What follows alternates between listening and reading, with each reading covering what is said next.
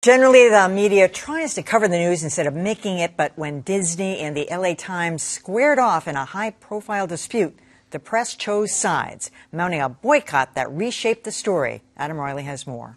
In a two-part series, the LA Times described the Walt Disney Company getting sweetheart deals from the city of Anaheim and pushback from some politicians. It's the crown jewel of the city.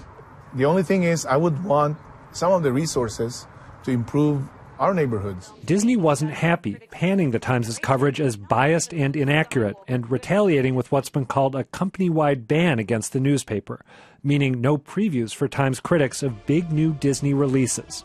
This is not going to go the way you think. And for Disney, it didn't. Well, critics' organizations said that Disney films are disqualified from consideration for the group's year-end awards until said blackout is publicly rescinded. Also pushing back, CNN's Jake Tapper, who tweeted that he'd just subscribed to the LA Times to show his support.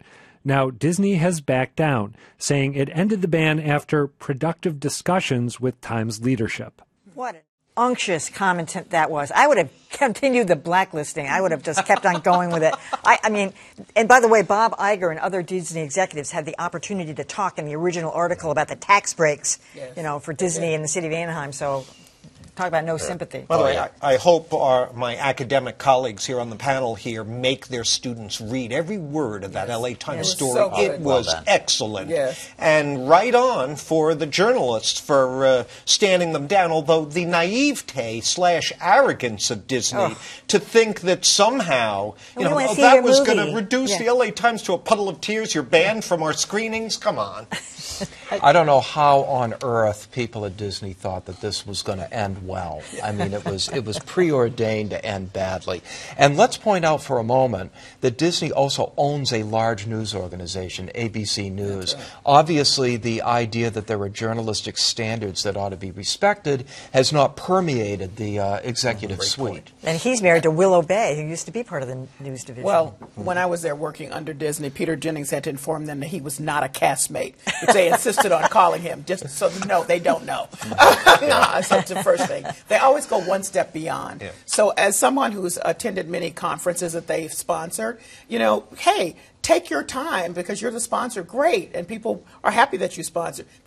They trap you in a room for hours with stuff that does not interest you because they go one step beyond. That's what they did here. It's just, if you want to be mad about it, be mad about it, but don't be mad about facts.